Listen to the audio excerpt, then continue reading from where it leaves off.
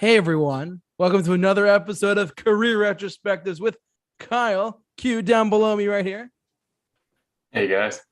And we have a special guest tonight talking about tonight's acclaimed album, Mr. ELO himself, Mike Cornell. How you doing? Oh, just doing great, especially with the ELO as the topic. It couldn't be better. Awesome. Well, as the title of this video suggests, we are talking tonight about Electric Light Orchestra's Out of the Blue. And I love the album. Kyle's a big fan of the album too. And Mike is the ELO guy. We got the right guy tonight. So we're all ready. Absolutely. So let me just share my screen here. So let me ask you both a quick question. What are your initial overall thoughts? We'll start with Mike on this one. What's your take on ELO and what's your take on Electric Light Orchestra's Out of the Blue in general? Well, I think that's a good question. I think every album, every music piece we listen to has some kind of nostalgic quality to it. Mine comes from my childhood. This is the album my dad would pick to play in the car. This was like the soundtrack to my childhood. It's like, think of driving to Ocean City, Maryland, or, wherever you went, those places are attached to those songs, and they kind of carry with them feelings and different kinds of, and as for everyone, I think we all share that same kind of nostalgia,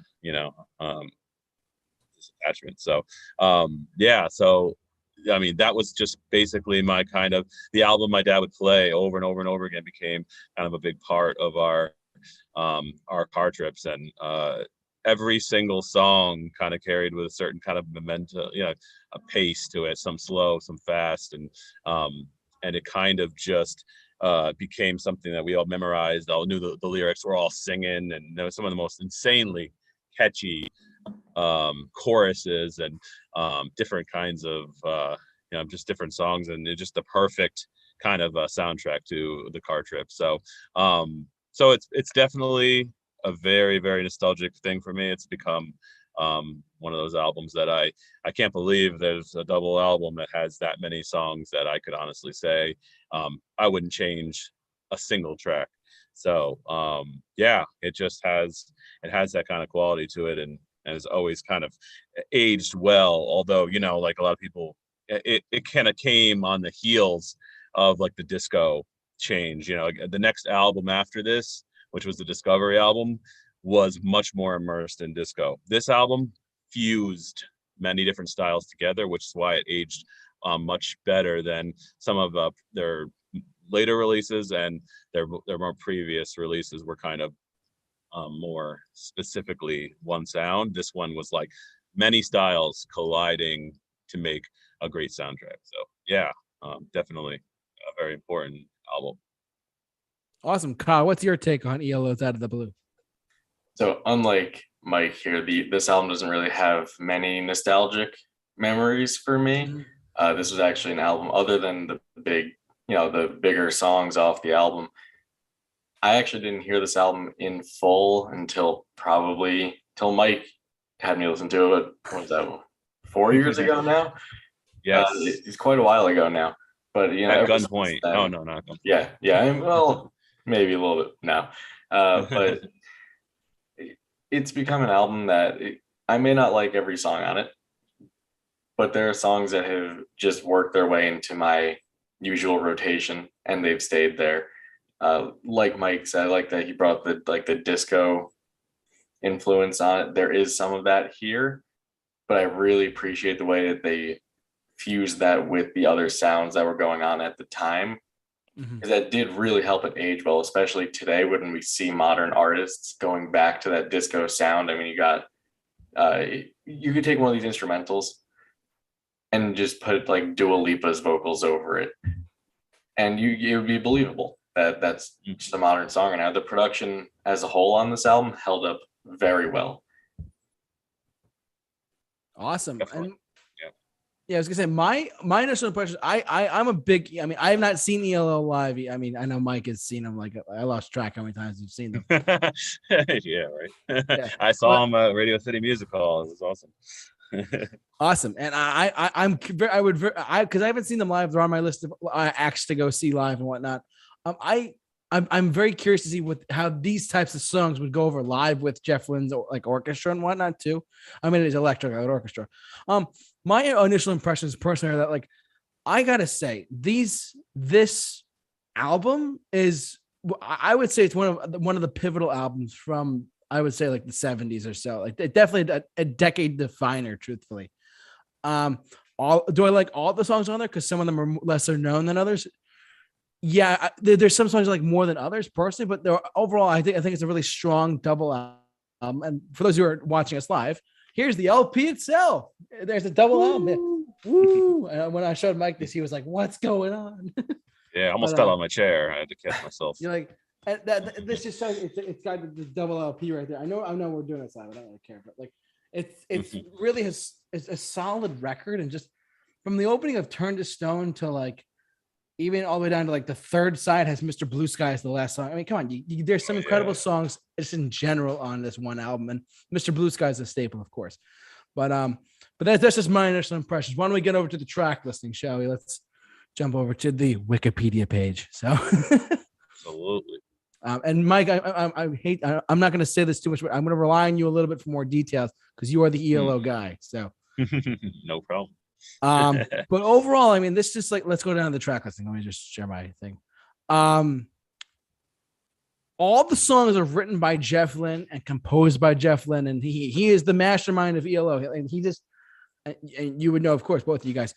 I would say, I'm gonna read off all the sides, the tracks on each side, and we'll go from there. But Turn to Stone, It's Over, Sweet Talking Woman, Across the Border, Night in the City, Starlight, Jungle, Believe Me Now, it's an instrumental, Stepping Out, Standing in the Rain, Big Wheels, Summer and Lightning, Mr. Blue Sky, of course, Sweet is the Night, The Whale, another instrumental, and Birmingham Blues with Wild West Hero.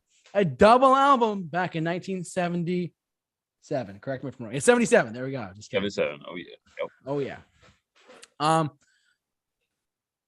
Let's jump over to Mike for a sec. Mike, is there a favorite side on this album that you like more than the other one? How would you, like, what's your like initial impression of like, what's your take on like your favorite side and whatnot? What would you say?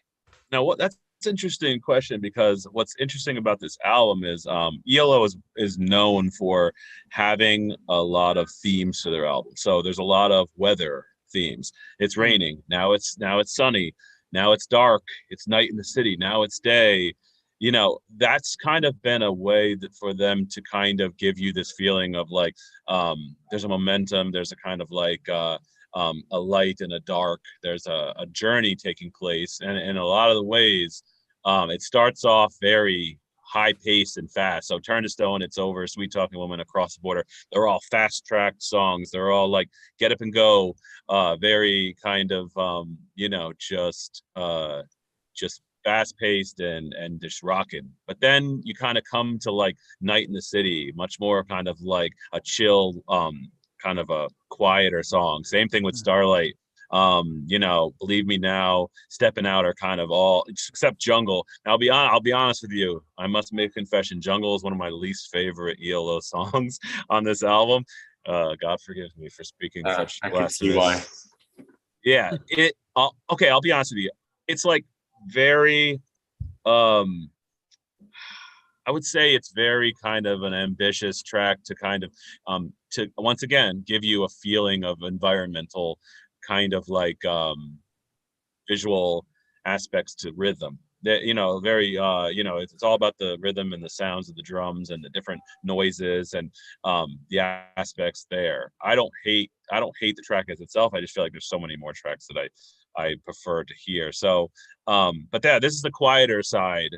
And then you kind of go into like once again quieter side for these songs at the end, and Mr. Blue Sky kind of picks up it's day again, and then kind of it just kind of like it is so interesting. But I would say for me the side that I actually love the most on this album is probably, I would have to say, the start. I like the beginning, the strong start, and then kind of like we kind of go into some quieter stuff, which I love too. But those first songs and then kind of the ending, the beginning and the end are some of the most the best opener and closers for I think that I've heard ever on an album. And just you just planned it perfectly when it came to that kind of the vibe. and this is why we have you on right now. Absolutely. You're the man. Jumping over to Kyle. I mean, do you have a favorite sign? I mean, because you listened to this. I'm assuming you listened to this before we did our stream tonight as well. So. Oh yeah, I listened to it a couple times getting ready for it. What's weird for me with this one, I'd probably fall more into agreement with Mike in terms of side one probably being my favorite. Okay. Just overall. But the songs that I really like from this album are legitimately scattered across all four. Okay. Each side of this album to me has both songs that I really, really like, and then others that are kind of middle of the road. There's only 2 songs on this album, I'm gonna be honest. Right out of the gate, there's 2 songs on the album that I do not like. One of them was Jungle, but I will also agree with Mike that they do a very good job with setting that environment. Like when you listen to the song, you definitely see what they're going for. I just think it might not necessarily fit in with the overall thematic tone of the album. It's just kind of a little jarring, kind of takes you out of it a little bit for a minute. Mm-hmm. For that reason, side 2 is kind of out. I think that does have a great beginning. There is some filler for me in the middle, and I think the end is really great. So for me, I'd probably fall along the lines of side 1, maybe side 4. Okay. All right. All good. I would say for me, to me, it comes down to between side 1, which is Turn to Stone, It's Over, Sweet Talking Woman, and Across the Border.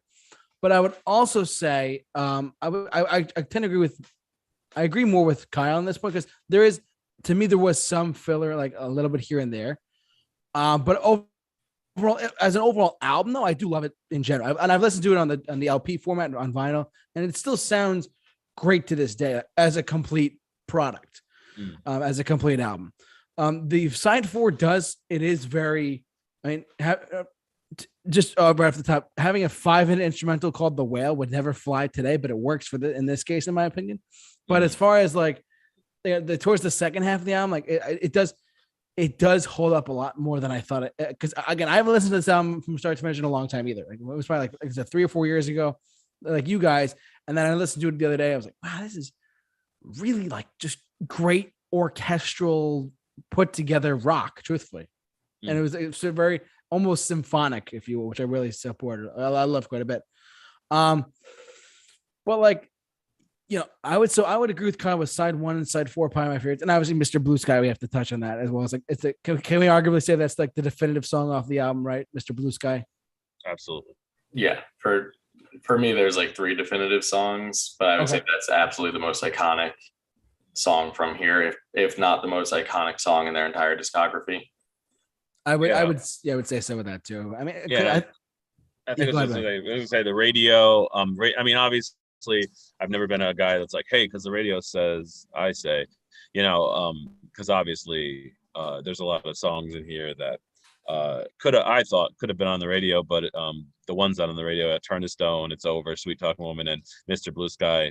I didn't know Wild West Hero, one of my favorite songs they've ever done. It's funny. At work, we did like an event where I could play any music I wanted to over speakers for an event, and I just started playing like it was a country theme event, so I started playing Wild West Hero, and it's just amazing that song just has such a good, you know, like I said, it just kind of takes you on a journey. It starts off slow and then it just picks up, and then it, you know.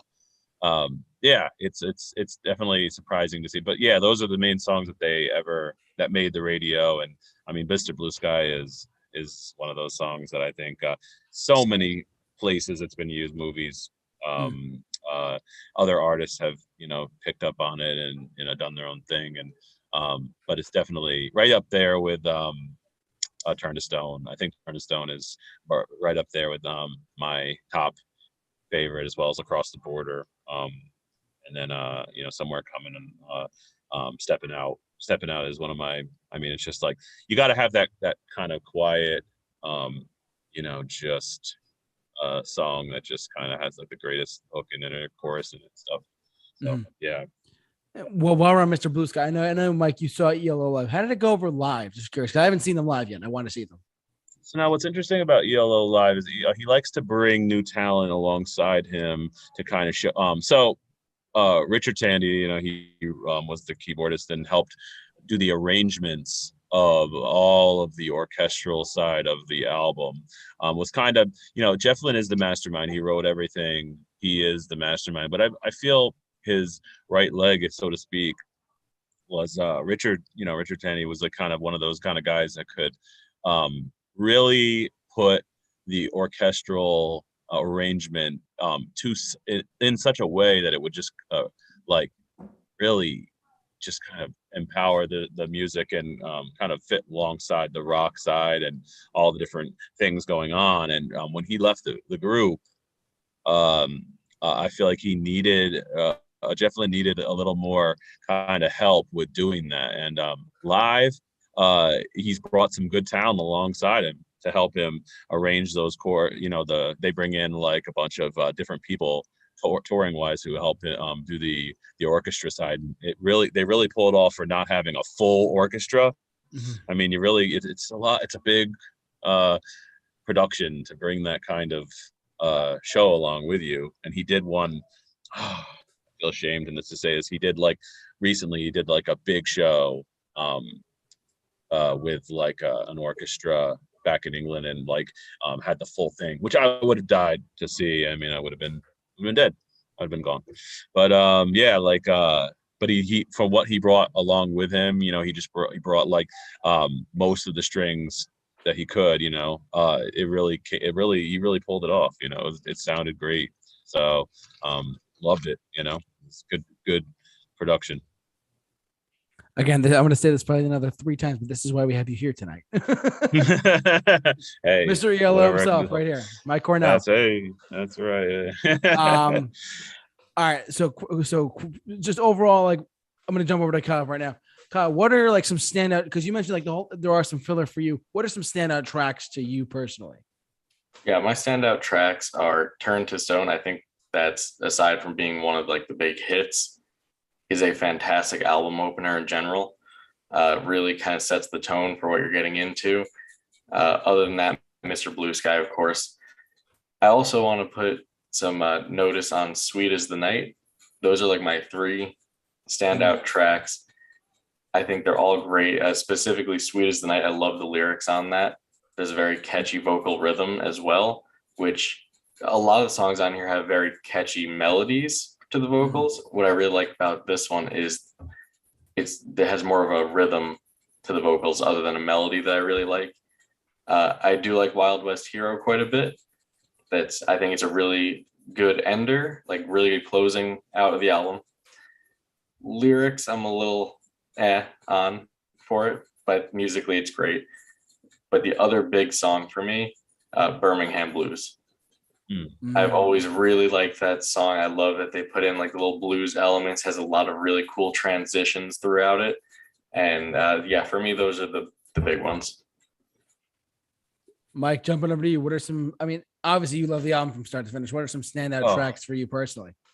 Absolutely. I mean, obviously the first all 4 songs I'm a super fan of. And coming into the later parts of the album, what I love about this album is they really integrate a lot of sound effects and kind of synthesizer.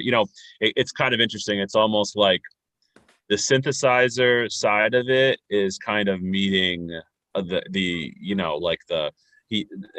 what I read, when I was doing some research on the band, they basically popularized the voice, kind of the vocoder, I think is what they call it. It's almost like the organic sounds that they use, the different kinds of little block hits and little sounds that they use with the synthesizer sounds kind of come together and really they really just kind of add a whole element to it that just kind of stands out. But Night in the City, if I was to say one of those songs that I just really has such a heaviness to it rock wise. It's really kind of surprising to see some of the heaviness with the rock sounds and the drums. The drums, you can't hear drums like you can in the 70s. You know, they really, once the 70s were over, everything went synthesizer. So it's kind of like this is the death of like that kind of organic sound to like drums and organic sounds to like the 80s, which kind of, you know, obviously there's some artists that kept the organic sounding drums, the real recording real drums, but a lot of them went to a lot of synthesized drums, a lot of artificial sounding you know, beats and this and that. The ELO it was stayed true to like fusing those two things together and not letting one become dominant over the formula. So it really gives everybody what they want to hear, some synthesized, some organic sounds. And yeah, I mean, Night in the City, Starlight's a great song, but Night in the City and Stepping Out, as I said before, was, I mean, it's just it the lyrics really, you know, kind of hit me, you know, kind of like when it's talk about going out and seeing the world. You know, I did that. I traveled from one side of the country to the other, and you listen to this album and it literally takes you along for the ride. You know, you're out there, you're going across the border, you're you know, you're stepping out, you're going, you know, it's basically, it just takes you on that journey, and it's just definitely got that vibe to it. Yeah, I mean, for me personally, the standout tracks for me, I would say, are definitely the hits. Turn to Stone, Sweet Talking Woman, Mr. Blue Sky, Wild West Sir. Like I said, the more I think about it, you're right. Night in the City, like you're bang on correct by saying like the drum sound there is really good for the 70s. Because it was funny when you were saying how drum sounds in the 80s kind of went more like programmed. The first thing I thought of was Van Halen's 5150, because you think of 1984, you think of 5150. The drum sound a little bit different between the two records. Van Halen's 1984 and 5150. That was the first example that I thought of personally. But as far as just an overall, like just the sounds go, like, I mean, Mr. Blue Sky, of course, definitely an iconic staple as well. Something about, I don't know what it is, something about the instrumentals, personally, Believe Me Now and The Whale. I don't know what it was.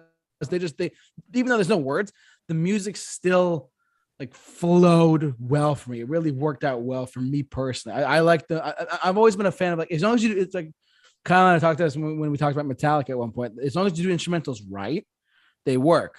And for me personally, in this case, like these two, The Whale and Believe Me Now, worked out well. The only difference was Believe Me Now was 1 minute and 21 seconds.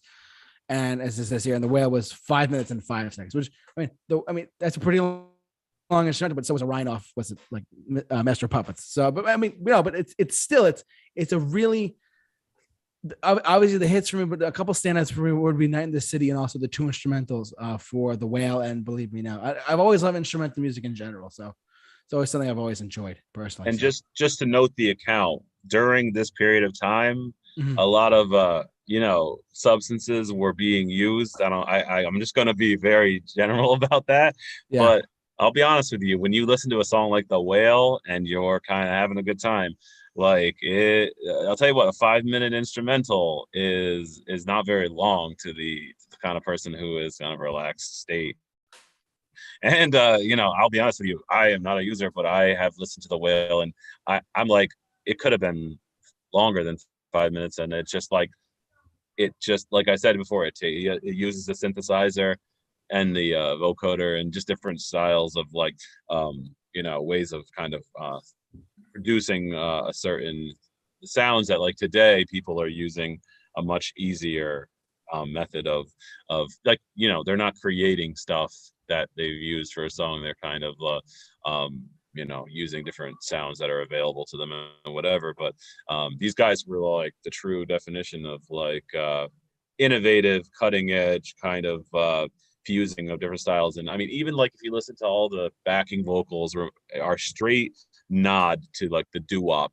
All of the girls in the background who are like repeat the words over again, like I was thinking, you know, all that kind of stuff is like straight out of the doo-wop era. You know, that's a nod to that. You have the disco nod, you have the rock and roll nod, you have the Billy Rock kind of nod. ELO has always been a Billy Rock kind of band. They did like Roll Over Beethoven kind of stuff like that.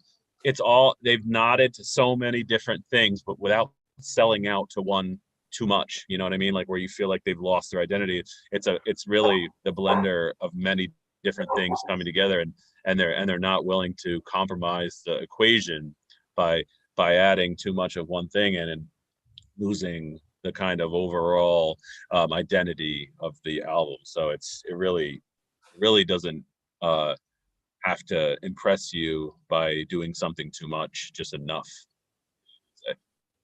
I'm gonna play devil's advocate here for a minute because I'm gonna be that guy. I didn't like the whale. I didn't like the whale. As you both of you probably know, I'm not a huge fan of instrumentals. Usually when they're done well, I like them a lot. I thought Believe Me Now, I love that one. I think it conveys emotion so well without words in only a minute and 21 seconds. Absolutely love that instrumental. The Whale just didn't do that for me. The Whale is, when I said there were two songs in the album in particular I didn't care for, one was The Jungle, the second was The Whale. It just, I feel like it's, for me, a little bit too long and doesn't go enough places. I can see why some people would like it. It's just not for me. For me, vocals tend to carry the songs. So without that, just kind of fell a little bit for me. But I also want to touch on really quick. Mike was talking about the call and response backing vocals there, which is great. It's very well done. But I also want to acknowledge the call and response that they do with the vocals and the instruments in a lot of the songs, which happens a lot in their choruses. Turn to Stone most notably probably. But I love that. I think that's a great way to do the call and response thing without having it be backing vocals every single time. It really sets itself apart. Yeah, it's funny. Growing up as a kid, side 3 as a kid was tough for me because it's kind of very, like I said, it's very atmospheric. It's it's very quiet, and then Mr. Blue Sky comes in and punches you in the face. Like, you didn't expect to be hit with one of the best songs of the album with those 3 songs previously that are kind of like, they're very kind of it feels like you're in the rain. It feels like you're in a storm. Yeah, and it really does. Absolutely. And he does that. If you listen to other albums of his, he has that kind of he just loves the weather. He loves the kind of atmosphere that it gives, and he really takes you out of your where you are and brings you inside the album. And like, it's funny, you were talking about the whale. I almost thought Jungle could have been an instrumental without voices. It could have been, that backing kind of strings that he uses in that song, and it's just kind of like he's doing the kind of the vocals, and then his vocals cut off, and it just goes into kind of like percussion and different stuff. I feel like Jungle could have been something like that. I 100% agree. Yeah, I think I would have actually liked Jungle if it wasn't for the vocals and the lyrics on it. I agree. Sure. Yeah, absolutely.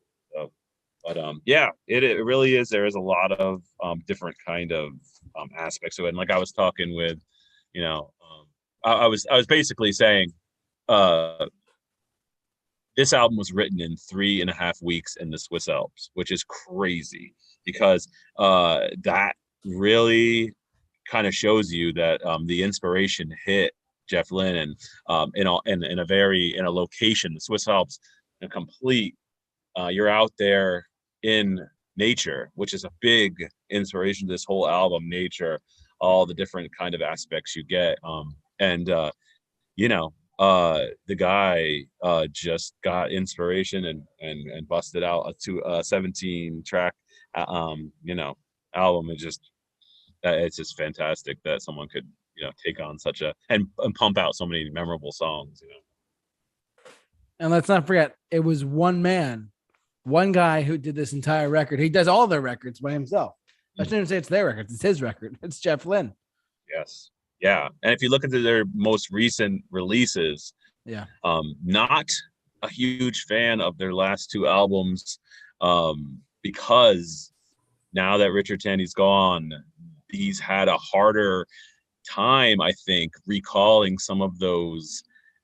I'll be honest with you, if I were to say, a major reason he has completely abandoned the orchestra side of the music is the difficulty of arranging those orchestral kind of parts to the songs.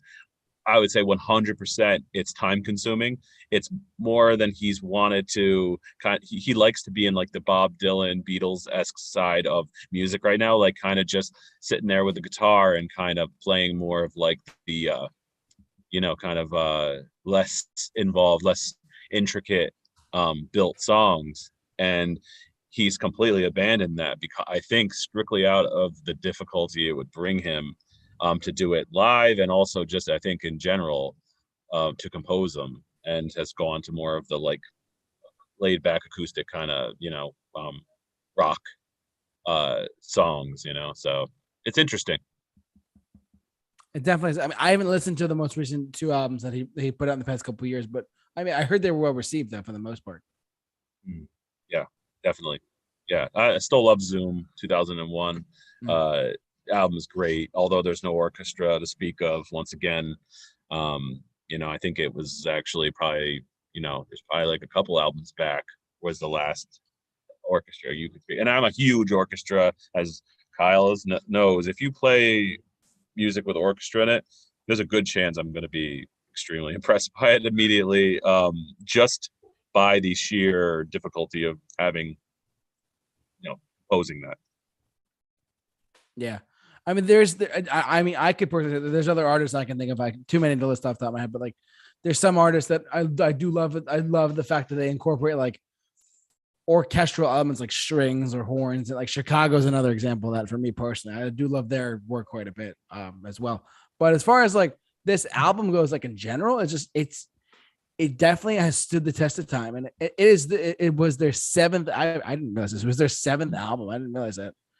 That's crazy.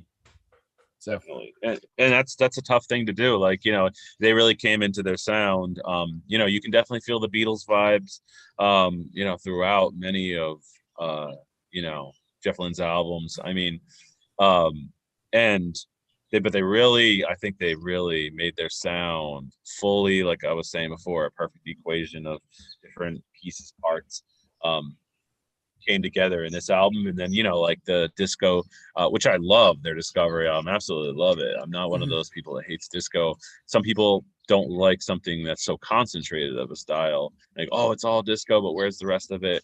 It is once again still like the equation may be leaning towards disco, but it is got a great amount of rock in it, the next album, and like maybe not to the level and the sheer kind of genius of Out of the Blue. It may be a little more it may not be in the same vein, but it is 100% keeping the identity alive of ELO and what they bring to the songs, and absolutely 100%. I like that you mentioned them finding their sound really with this,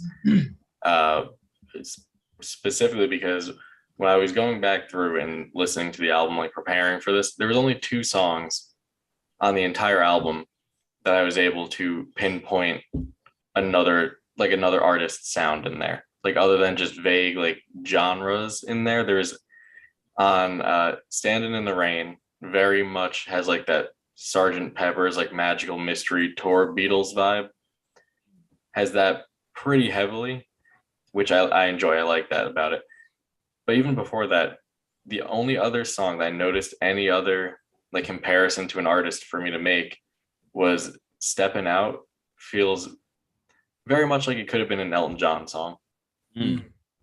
It's like particularly like the intro and like the first verse very much has that like Elton John feel to it. But other than that, yeah, I mean, there's really nothing else on here that sounds like anyone else except for them.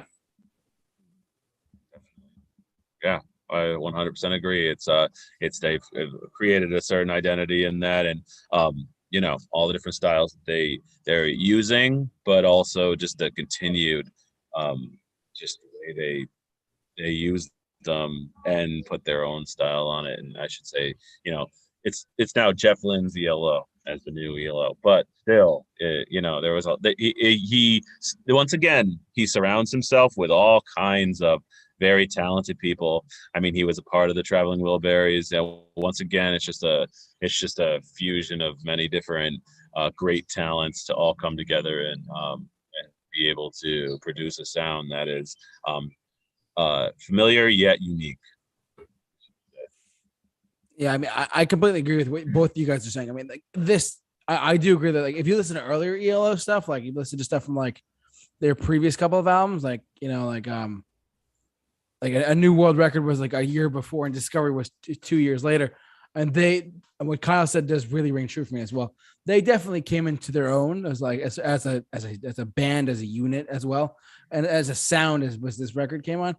Nothing against like a New World Record or Telephone Line or stuff on that album as well, but like this one, they definitely like solidified their sound, and they said, "Look, we are ELO. We're going to do this our way," and it's just an overall awesome, in our eyes, an awesome, incredible listening experience.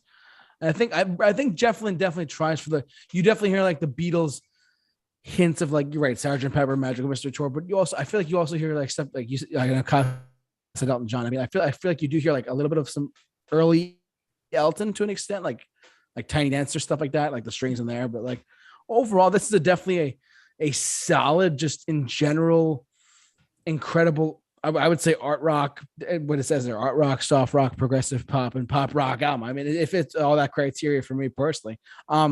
But I mean, do you guys have any other do you guys have any other thoughts on the album? Do you want to share? I mean, by all means, the floor is yours. So last thing I'll say is just that it is so rare for a band to have, or any artist for that matter, have their most successful album be like their 7th album. Yep. It's very hard to do. It usually doesn't happen, especially, best and commercially successful are two different things, I guess. So I guess I'm talking more commercially successful. Usually once you put out an album or two, if they're not that great, you just kind of fall off the wayside. So to have such a commercially successful album be your 7th album and have songs that are still iconic to this day. I mean, Mr. Blue Sky, I think even still relevant. I think was Weezer, I think was the last one that did a big cover of it a couple of years back. I think that song was also featured on The Umbrella Academy on Netflix in the first season. And I think Gerard Way from My Chemical Romance also covered it. And it's still relevant in the mainstream today. And also to have an artist that sounds just like themselves and really have nothing else to compare it to is such a big accomplishment for anyone. There's only a handful of artists probably ever that you could say that about, that there's, that's Electric Light Orchestra. You could hear it and you'll know it. You can't say that for a lot of people. Yeah. And I almost see the difference between Out of the Blue and the previous songs and even the future songs. They really overexerted themselves to make the strings, the orchestra, and every part of how it perfectly syncs alongside the song and fits. It never feels like it's overburdening the song, but it also never feels like it's in the background and it's kind of like, I can't tell what I'm listening to. They work so perfectly alongside each other that I almost feel like he used every ounce of his being to make the strings and the orchestral part of this so good that he couldn't ever meet that high again. You know what I mean? Like from that point forward, every album after that had less and less strings in it, because it was like almost like, I've done the best I could do. I've done the most perfect kind of like synchronization of styles of these two styles kind of coming together, the orchestra and rock, that I think to go forward, I have to almost try to find the other areas that I haven't mastered and continue to try and to be the best at those. And this is the best I'm going to do. And it's like, everything album after this point became more synthesizer, more, the artificial kind of stuff and less like real orchestras playing alongside rock, which is never an easy thing. Ask any artist who, tries to do that.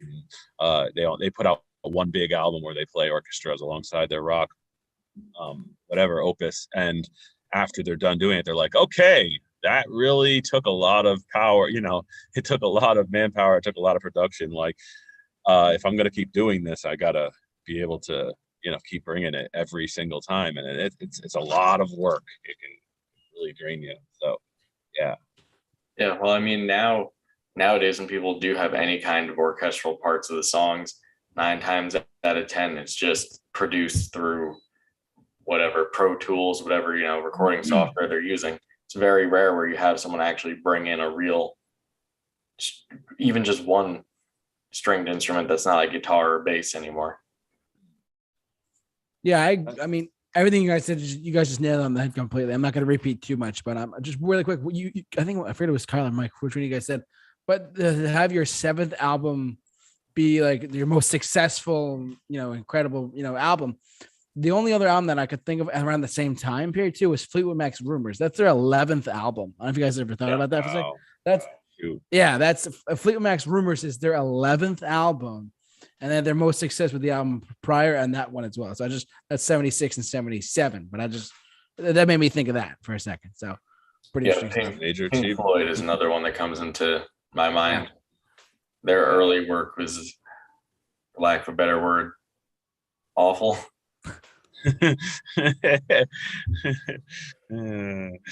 I think the fact that they were able to fall into that, it's always like you're racing your former self when it comes to making music today. How can I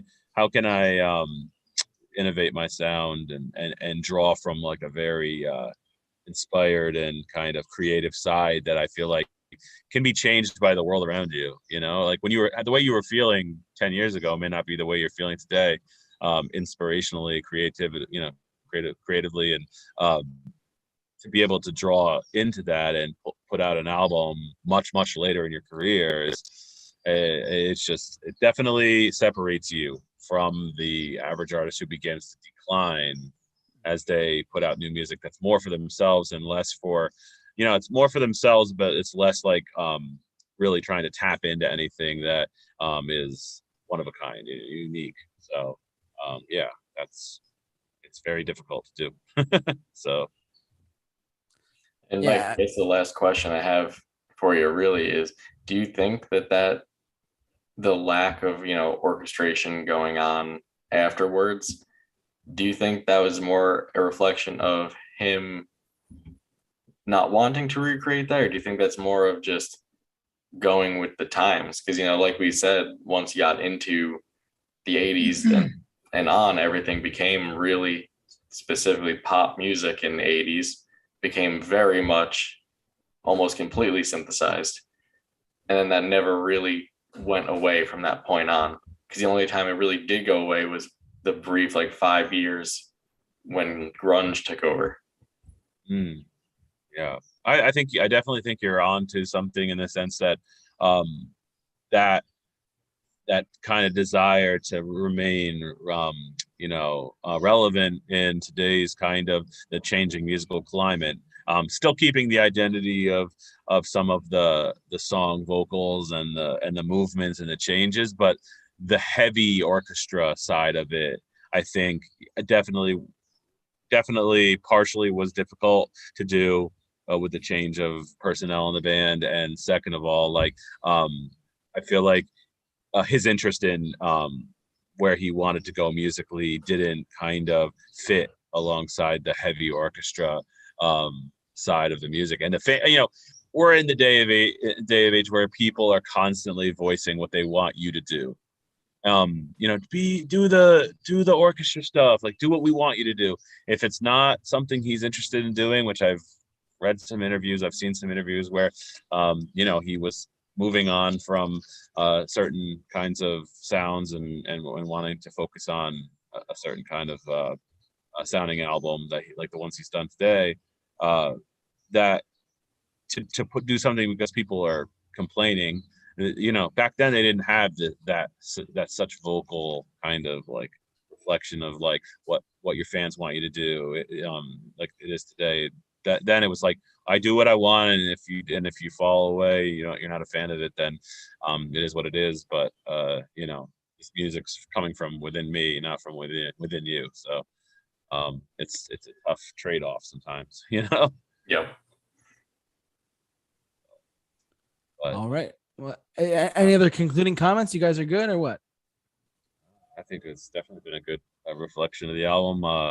I mean, definitely would love to. He constantly keeps taking songs and like he is a perfectionist. He's taken Mr. Blue Sky and he's released changes with the song and different orchestra, different done different kinds of